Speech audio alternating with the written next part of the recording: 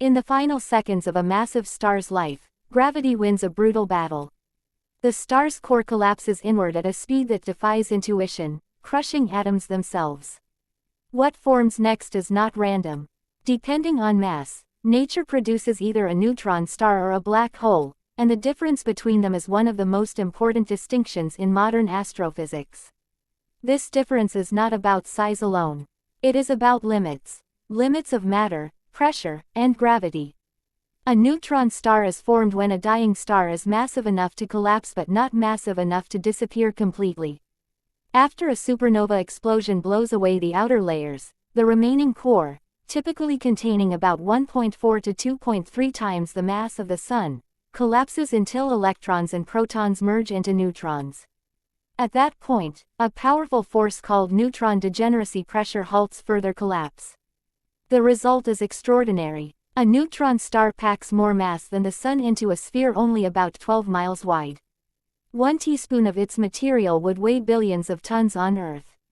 Despite this density, a neutron star still has a physical surface, a definable radius, and measurable properties such as temperature, rotation speed, and magnetic field.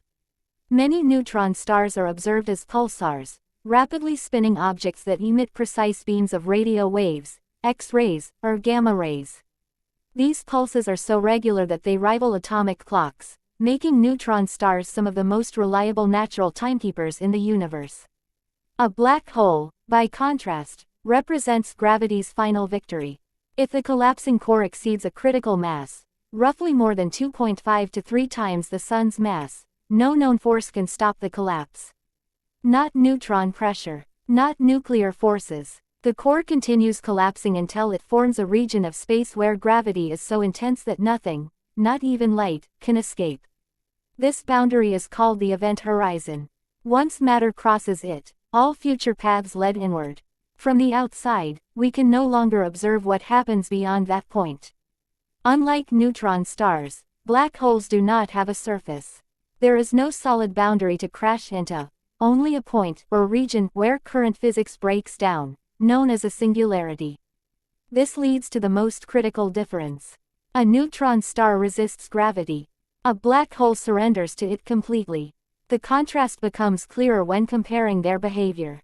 Neutron stars can collide and produce powerful explosions called kilonovae, creating heavy elements like gold and platinum.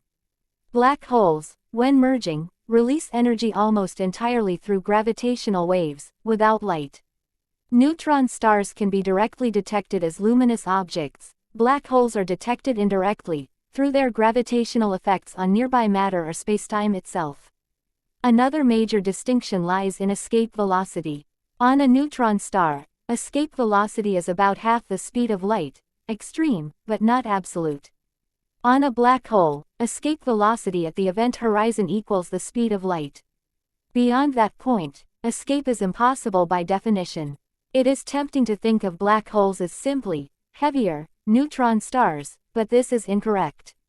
The transition is not gradual, it is a phase change of reality itself. Once a black hole forms, the rules governing matter, time, and causality fundamentally change. Importantly, neither object behaves like a cosmic vacuum cleaner. Both obey the same gravitational laws at a distance. If our Sun were replaced by a neutron star or a black hole of equal mass, Earth's orbit would remain unchanged. The danger arises only when you get extremely close. In short, neutron stars represent the last stable form of matter, while black holes represent the collapse of structure altogether. One still belongs to the universe we can measure and observe directly. The other marks the boundary of what physics can currently explain. Understanding the difference between neutron stars and black holes is not just about stars. It is about understanding how far nature allows matter to exist before reality itself gives way. If you want clear, myth-free explanations of the universe's most extreme objects, from stellar death to spacetime itself, subscribe to the channel and stay curious.